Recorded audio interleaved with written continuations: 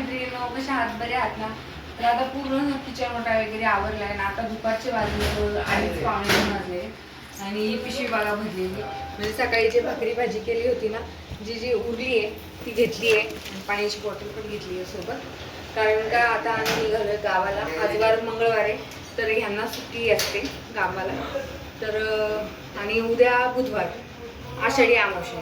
तर बाबांचं म्हणणं आहे की तुम्ही या गावाला, सगळेजण आपण एकत्र गटारी अमावस्या करूया. आमच्या गटारी अमावस्या म्हणतात, आषाढी अमावस्या म्हणतात.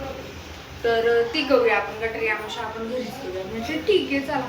तर आता घरातलं सगळं क्लीन वगैरे केलं, आता निघालोय. कंटाळा तर येतो बघा, सगळं घरातलं आवरण आणि निघा. पण जायला पाहिजे, बाबांनी बोललेले आवडून. तर चला मग आता गावाला गेल्यावरतीच. तर आता आम्ही पोचलो आहोत गावाला आणि इथं ना विहीर आहे आणि या विहिरीवरून आम्ही ना पाणी भरायचो पहिले.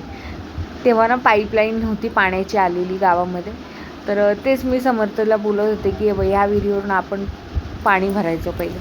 तर आता वेशीवरतीच मंदिर आहे विठ्ठल रखुमाईचं. आणि आता आम्ही पोचलो घरी आणि आता संध्याकाळी 6ची वेळ आहे आणि समर्थ बसला आहे कार्टून लावून. आणि मी लवकरच स्वयंपाकाला लागणार आहे, कारण काय ना परत मग जायला उशीर होईल. तर मी आता स्वयंपाकाची तयारी करते आहे. कांदा वगैरे कट करून घेते आणि येतानाच भाजी आणली होती की परत नको डबल, कारण का भरपूर असा पाऊस आहे आमच्याकडे. सकाळपासूनच पाऊस सुरू आहे. तर मग म्हटलं की परत जायला नको. आईबाबांना म्हटलं की आम्ही येण्यापेक्षा तुम्हीच या म्हणून. तर ते म्हणतात की नाही नको, प्रवास करा परत मग या. त्यांना तिकडं नाही करमत, त्यांना इकडेच आवडतं राहायला. तर मग ठीक आहे म्हटलं चला मग आपणच जाऊया म्हणून मग आलो आम्ही.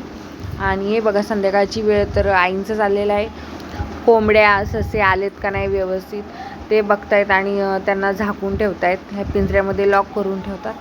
तर हे घराच्या बाहेर अंगण आहे त्या साईडला ठेवलेलं आहे आणि कोंबड्या आहेत ससे आहेत असं आहे. आणि त्याच्यामुळं त्यांना यायला पण भेटत नाही. कोंबड्यांकडं लक्ष पण द्यायला लागतं, परत त्यांना सकाळी खायला संध्याकाळी खायला असं ठेवायला लागतं. तर ठीक आहे. तर आता मी हळदी मिठात अशी भाजी घालून घेतली आहे आणि आवरून घेते पटापट आणि भाकरी करणार आहे. आणि खोबरं कोथिंबीर लसूण हे जे हिरवं वाटण असतं ते वाटून घेते. तोपर्यंत हळदी मिठात जे मटण शिजायला टाकले त्या शिट्ट्या होऊन जातील. 3 शिट्ट्या करून घेणार. तर आई एकीकडे आता कोथिंबीर जी आणली होती त्या निवडत बसल्यात आणि मी आवरती. आणि पाऊस एवढा जोरात चालू आहे ना, भरपूरच जोरात चालू आहे पाऊस. म्हणजे काय 2 दिवस झाले सतत पाऊसच चालू आहे.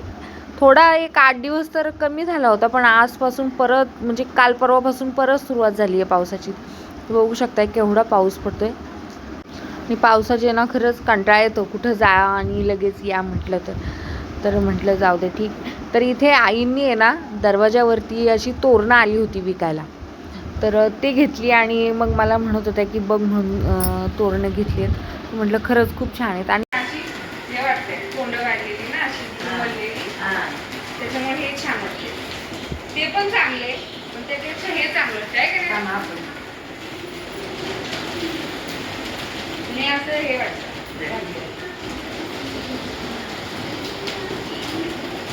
दारावरती तर स्वस्त असतो. हे पण चांगलं वाटतं. मस्त आहे ना.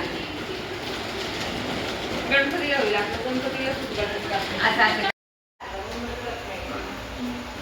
तर आता भाकरी पण झाल्या आणि आता भाजी पण घातली मी. आणि मी काय केलं होतं येताना ना भात असा भरपूर उरला होता घरी, मी भात आणला होता. तर भात घालायची काही गरज नाही. आता भाजी आणि भाकरी हे केलं. आता बसतो जरा वेळ. तर आता 9:30 पावणे 10 व्हायला आलेत आणि आम्ही आता जेवायला बसलोय. आणि बाबा म्हणतायत की गौरी ओंकार असते तर आणखीन मजा आली असती, पण काय करणं त्यांना नाही टाईम. आता मध्येच येऊन गेले आणि परत येणं नाही होत. तर सगळेजण एकत्र जेवायला बसलो. समर्थाला लवकर भूक लागलेली, त्यांनी लवकर जेवून घेतलं आणि बसलाय तो आता वाट बघत की कधी निघायचं म्हणून, कारण का त्याला ना झोप यायला लागली. तर म्हटलं ठीक आहे चल आता जेवण झालं की आवरते पटापट आणि निघू आपण. आम्ही निघालोय घरी परत, कारण का ह्यांची आहे ड्युटी आणि समर्थला सकाळी लवकरच जायला लागतं 8 वाजता क्लासला. आणि इथून लवकर उठून सकाळी उठून नाहीच होत, म्हणून आम्ही जेवून खाऊन आता